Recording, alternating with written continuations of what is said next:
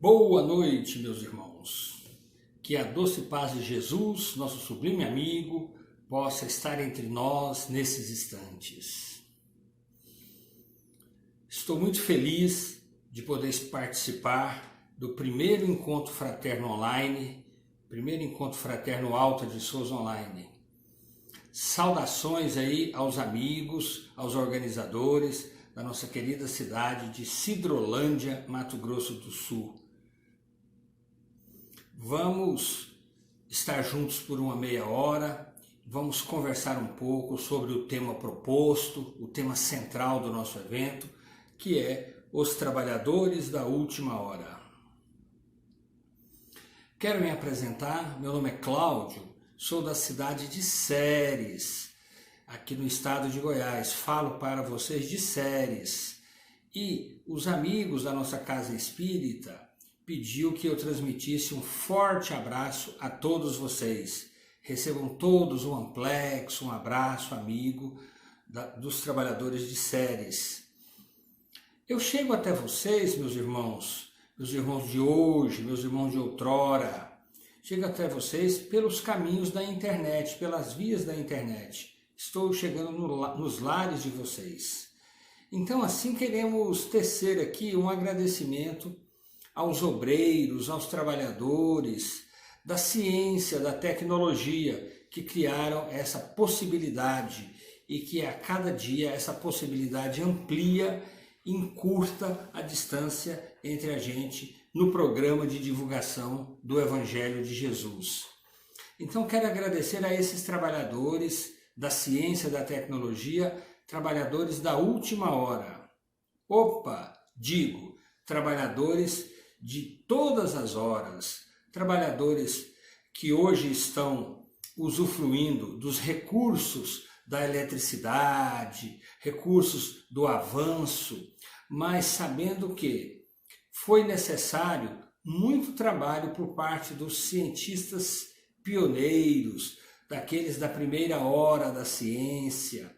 Então, na verdade, existe um encadeamento. Na evolução da humanidade, existe um encadeamento onde os que vêm primeiro vão criando estruturas, vão criando alicerces para que a ciência possa desenvolver, possa se desdobrar para os que vêm depois. Então, estamos hoje cheios de possibilidades, graças aos que vieram primeiro, não é verdade? Mas eu proponho uma pergunta para todos que estão nos acompanhando. Quem são os trabalhadores da última hora?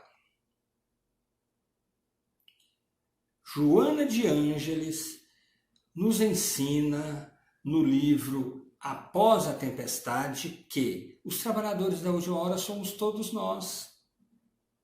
Todos nós que já estamos envolvidos, abraçados, acolhidos pela doutrina espírita, a terceira grande revelação de Deus aos homens.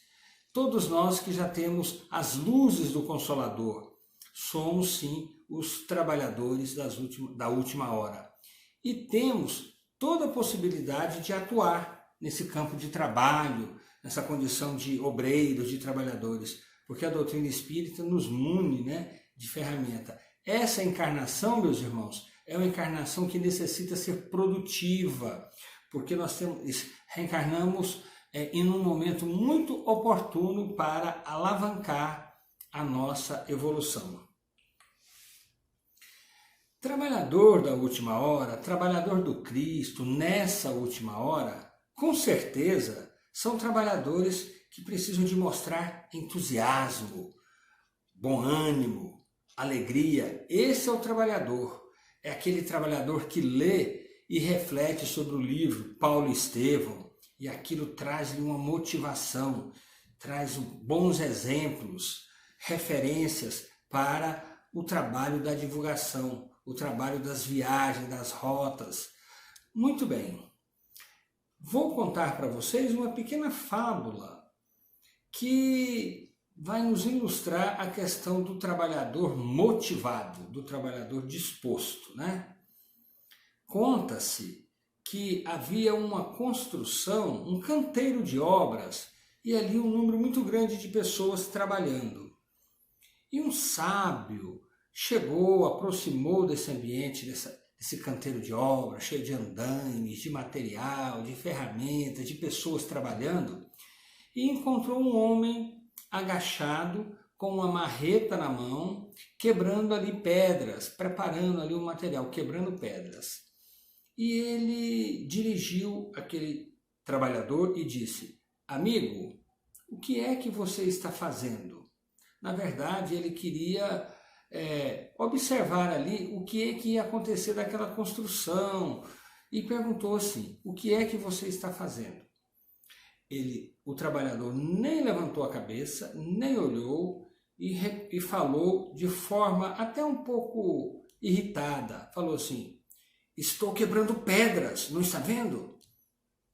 Ele absorveu aquela resposta e caminhou um pouco mais, observou um outro trabalhador que fazia a mesma atividade.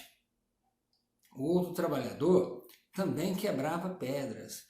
E ele dirige ao trabalhador e pergunta: amigo, o que é que você está fazendo? O que é que vocês estão fazendo? E ele responde: eu estou ganhando o sustento da minha família.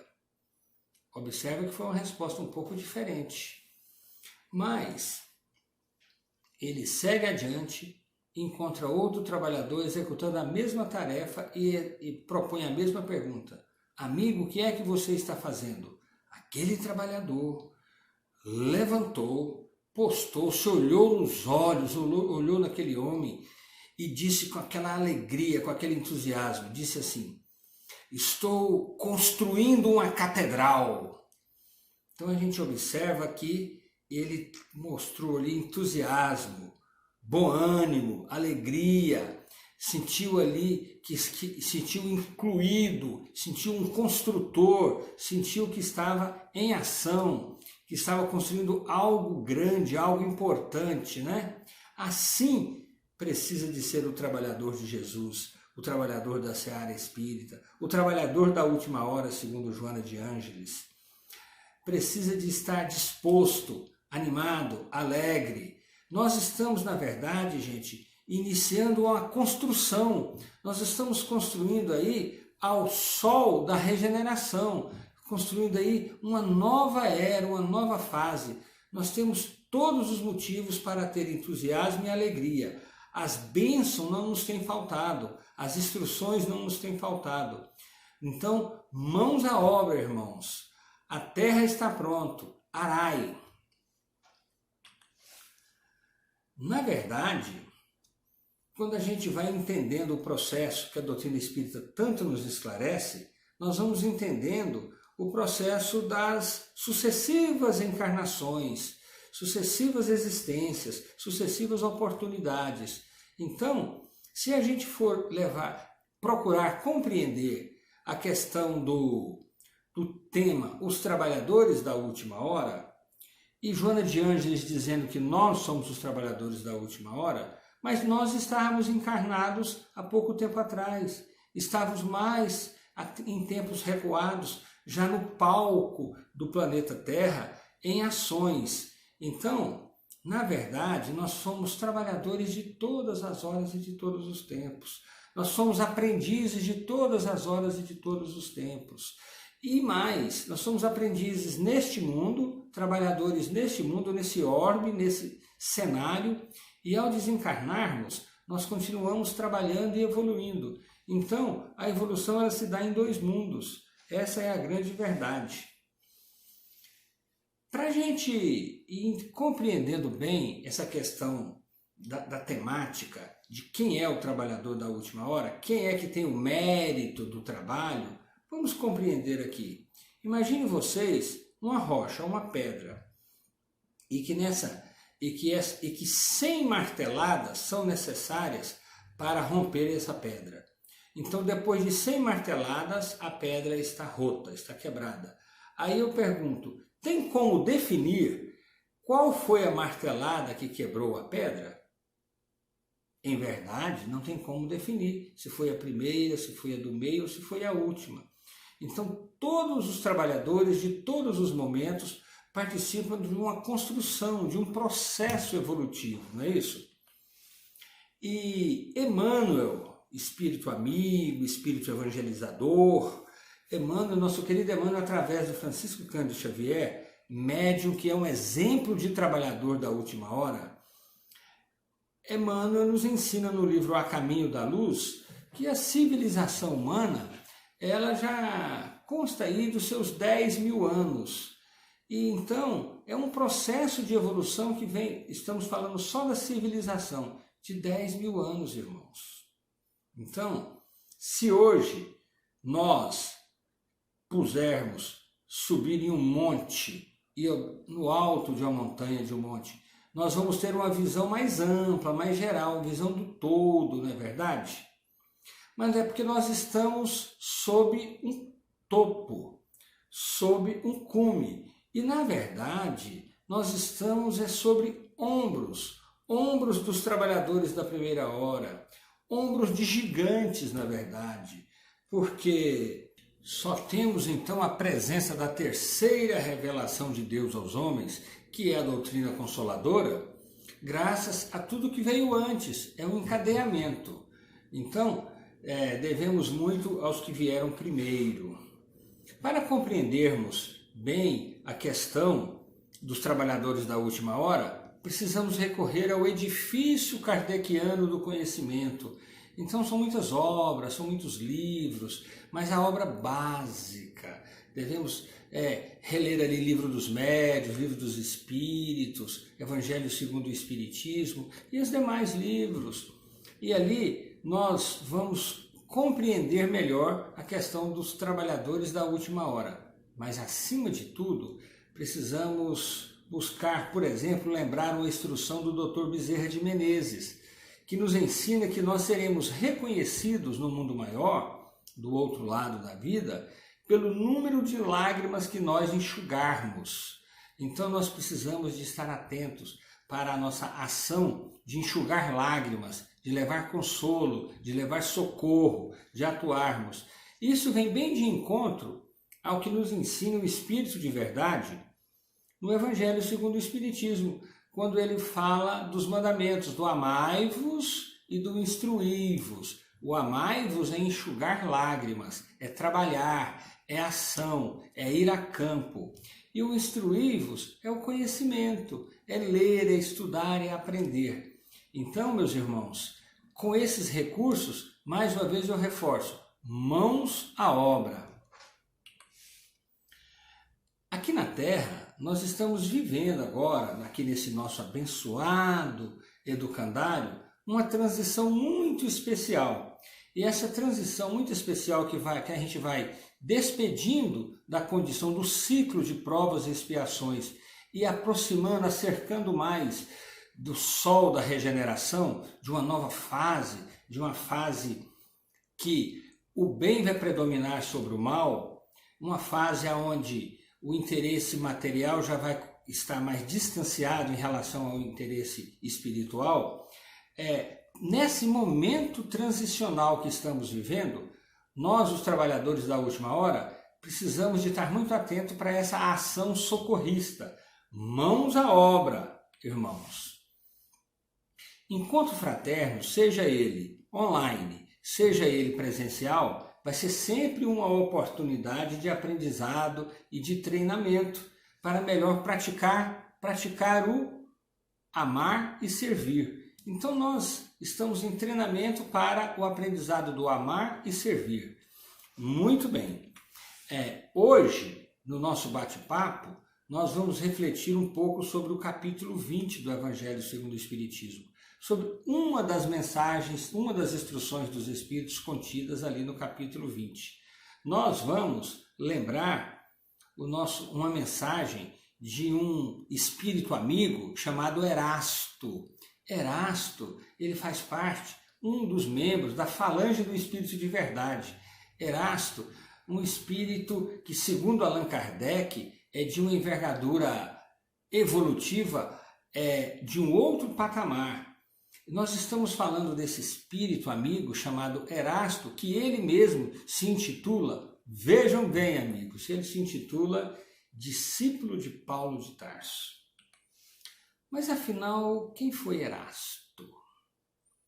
Erasto, remontando ali a sua encarnação, a sua existência, ele esteve ali no período do cristianismo nascente. As famílias de Saulo de Tarso e de Erasto tinham um grau de amizade, eram famílias que se relacionavam. E ele, Erasto, recebeu formação religiosa judaica. Sabe de quem? Do mesmo mestre de Saulo de Tarso, de Gamaliel. Incrível, né? E durante a sua juventude, Erasto viveu em Éfeso, uma cidade portuária muito importante naquela época, um centro de cultura grega, era muito próximo da Grécia. Ali, então, ele cresceu, ele enriqueceu em conhecimento, ele aprendeu o grego, ele se formou. E consta que no ano de 32 da era cristã, Erasto se transfere, muda para Corinto, para a cidade de Corinto. Agora sim, uma cidade grega, a segunda cidade mais importante depois de Atenas. Primeiro Atenas, depois Corinto para a época. E aí ele foi buscar trabalho, muito preparado, e Erasto passou por ali, em Corinto, por mais ou menos 30 anos trabalhando na administração pública. Lembremos que naquele período, toda aquela região da Europa e da Ásia, Oriente Médio, já estava sob o domínio do Império Romano, de Roma. Então ali era dirigido pelos romanos. E Erasto, então, assumiu funções administrativas. Por um período, ele foi o responsável pelo erário da cidade. Na linguagem de Paulo de Tarso, ele era o tesoureiro da cidade. E ali ele estabeleceu amizade, imagine com quem? Com os familiares daquela que vem a ser o grande amor da vida de Saulo de Tarso. Estamos falando de Abigail, estamos falando da irmã de Estevão. Eu estou falando assim com essa tranquilidade porque eu creio que todos já recorreram ao livro Paulo e Estevão. E aqueles que não tiveram a oportunidade de ler, procure o livro e busque a leitura, que ali nós temos muito aprendizado. Para nós, é um roteiro de trabalho. Erasto, ele trabalhou na administração, ele livrou Paulo de uma condenação, porque por um período Paulo se transferiu para Corinto, ali ficou 2 anos, ajudando a fortalecer a igreja de Corinto, estabeleceu-se como tecelão, mas os rabinos da sinagoga, os judeus, ficaram contrariados com Paulo, criaram um processo para condená-lo, mas com a ação de Erasto junto à autoridade romana, essa condenação não aconteceu. Discípulo de Paulo, como ele gosta de ser chamado, ele contribuiu muito na divulgação do cristianismo da sua primeira hora. Ele abraçou mesmo a causa do cristianismo em Éfeso e ajudou, a pedido de Paulo, a fundar igrejas em Éfeso, em Corinto, em Tessalônica, em Filipe. Então ele foi um grande trabalhador. E na condição de espírito desencarnado, ele contribuiu muito com mensagens na maioria das obras da codificação. Inclusive tem uma epístola de Erasto, que é uma mensagem fabulosa, que consta na Revista Espírita de 1862. Uma epístola de Erasto aos espíritas lioneses. Fantástica. Para encerrar a fala sobre Erasto, lembrar que aquela frase que nós conhecemos no meio espírita, que é melhor rejeitar 9 verdades do que aceitar, do que absorver uma mentira, é uma instrução de Erasto, meus irmãos. Vamos então refletir um pouco na mensagem que Erasto traz, que está contida no livro, no Evangelho segundo o Espiritismo, no capítulo 20. A mensagem intitulada Missão dos Espíritas. Opa, meus irmãos, vamos refletir agora num roteiro de trabalho para os espíritas. Nós espíritas não somos aqueles missionários propriamente dito, né? Nós somos pequenos tarefeiros, mas Erasto, ele nos orienta, nos instrui, traz para a gente um roteiro e intitula Missão dos Espíritas. É isso que nós vamos acompanhar agora em alguns slides. Na verdade, a missão dos espíritas, qual é a grande missão do espírita? A missão do espírita, segundo Erasto, é divulgar a reencarnação, o dogma da reencarnação. Na verdade, gente, a reencarnação, ela já é um tema conhecido da humanidade desde sempre.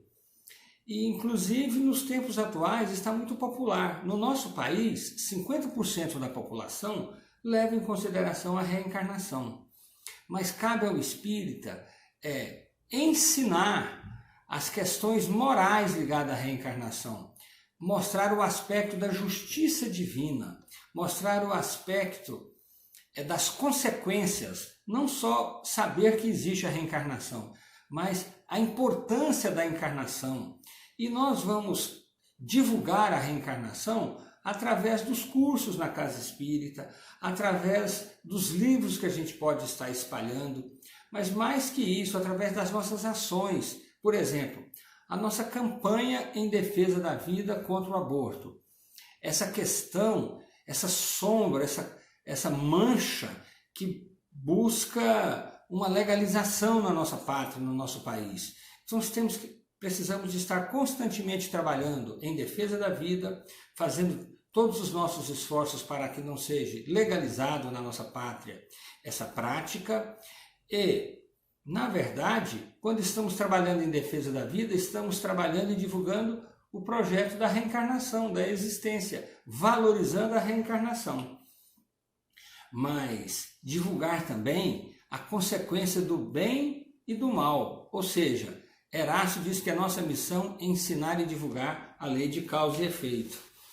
E não é só um programa de divulgação que cabe ao espírita, que é a missão do espírita. Tem também o aspecto, o ponto do ide e pregai. Ide e pregai, eu vou dividir no ide, então o espírita é aquele do que vai, do que dedica, do que desloca, aquele que deixa a sua zona de conforto e vai fazer um algo mais, aquele que estende a mão, aquele que dá mais um passo. Então, o espírita é o dinâmico, é o id, não é isso?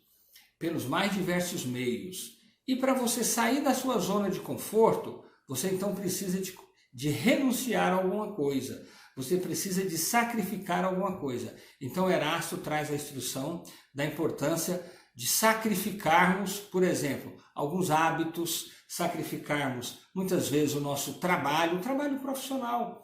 Não é abandonar o trabalho, é diminuir um pouquinho mais, é uma hora extra a menos que se pega e uma dedicação a mais que se faz na causa espírita. E ocupações fúteis. Então é hora de renunciar. Todos nós temos uma outra ocupação que a gente pode abolir em prol de uma assistência a mais, de um trabalho a mais, de uma divulgação a mais.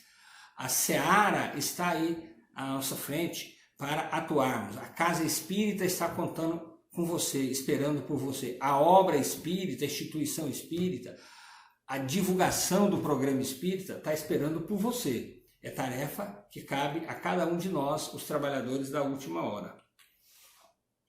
Então, falamos do ide e tem o pregai. Então, você vai levar a mensagem espírita. Vai levar para quem? Nós vamos pregar para a mansidão aos tiranos, nós vamos pregar o desinteresse aos avarentos. Olha que proposta, né? Então, para isso, é um momento de ação, de trabalho, de disposição. E isso vai exigir suor. Isso vai exigir que nós vamos plantar, semear, divulgar a boa nova, divulgar a terceira revelação. E devemos divulgar, plantar, semear e regar com o nosso próprio suor, com o nosso próprio trabalho. Irmãos, é tempo de semear a boa nova, semear a terceira revelação. Não preocupe com a colheita, preocupe com o plantio, com o semear. Muito bem. Agora, a quem especificamente nós vamos levar assim os ensinos espíritas. Segundo Erasto, vamos levar a todos. Nós vamos levar, por exemplo, aos grandes que muitas vezes desprezarão. Vamos levar aos eruditos que vão ficar exigindo provas. Mas vamos levar também aos pequeninos, aos simples, aos postos de assistência e que acatarão, que absorverão. Então a doutrina espírita, ela vai se concretizando, ela vai cumprindo o seu papel lá na ponta, lá na relação humana, lá junto aos simples, junto aos pequeninos. Essa é a proposta. Segundo Chico Xavier, a doutrina espírita ela veio para o povo, para a população e para dialogar com o povo. Então essa é uma das grandes missões do espírita, né? E para você cumprir a sua missão, você precisa de ter algumas atitudes, alguma postura, né? E para isso, Erasto nos orienta o seguinte: ele nos fornece algumas ferramentas para a gente poder cumprir a nossa missão. Ele pede para a gente armar-se de decisão e coragem e trabalhar incansavelmente. Então, qual é a receitinha de Erasto? Ser decidido, ser corajoso e ser trabalhador. Essas são as instruções de Erasto para cumprirmos a nossa tarefa. E aí tem também um aviso, tem também uma advertência. Então, gente, leiam lá no Evangelho segundo o Espiritismo, capítulo 20, Missão dos Espíritas. Fantástico! Olha a advertência. Erasto nos diz que entre os chamados para o Espiritismo, muitos se transviam. Nem todos seguem o processo, se transviam. Então, aí tem uma questão. Como é que nós vamos identificar aquele trabalhador aquele companheiro que está no caminho certo? Porque muitos se transviam. Como? Aí, o caminho certo, segundo Erasto, é o caminho da caridade, é o caminho da abnegação, é o caminho do consolo aos aflitos. Então, se você observar um espírita que está gastando a sua energia no campo da polêmica, no campo das discussões, e está um pouco distante do caminho de ensinar e praticar a verdadeira caridade, de mostrar assim o desinteresse pessoal e mostrar abnegação à causa. E se estiver disposto ao consolo aos aflitos, aí sim você está encontrando o espírita que está no caminho certo. Então não é muito difícil, né, gente? E nós já estamos finalizando o nosso bate-papo, são pequenos apontamentos para relembrarmos a missão dos espíritas e para prepararmos mais e mais para cumprirmos essa missão, né? Faz parte também lembrar que o caminho certo, Kardec nos auxilia muito com o Evangelho segundo o Espiritismo, trazendo uma instrução. A instrução é muito conhecida, diz assim, reconhece-se o verdadeiro espírita pela sua transformação moral. A doutrina espírita ela propicia uma transformação. Tem alguma incompatibilidade entre a doutrina espírita com alguns hábitos, com alguns costumes, com algumas atitudes, com algumas ações. Então, à medida que a doutrina espírita vai entrando no seu coração, alguma coisa precisa de ir saindo. Porque a preguiça precisa de ir saindo, né? A futilidade precisa de ir saindo. Então, a doutrina espírita ela promove transformação. Reconhece o verdadeiro espírita, aquele que está em processo de transformação. E reconhece pelos esforços que ele emprega, que o espírito emprega para domar as suas más inclinações. Então, eu costumo dizer assim, meus irmãos, que o espírita, o trabalhador da última hora, ele é um esforçadinho. Ele tem más inclinações, temos inclinações que não são as melhores, não é, irmãos? Mas cabe ao espírita ao esforço. Então, nesse clima de alegria, nesse clima de encontro fraterno, nesse clima de irmandade, é que a gente quer encerrar o nosso bate-papo, desejar assim, muita paz, muito trabalho para todos os amigos que estão participando desse evento. Então, gostaria de dizer a todos que recebam o abraço fraterno, recebo o meu abraço fraterno, e estamos vivendo tempos de pandemia, tempos de doença contagiosa, tempos de instruções das autoridades sanitárias para mais isolamento, para menos contatos. Então receba o meu abraço espiritual, virtual, receba sim, e vamos juntos continuar nessa jornada evolutiva dentro desse programa de trabalho. Muita paz, que Jesus seja conosco.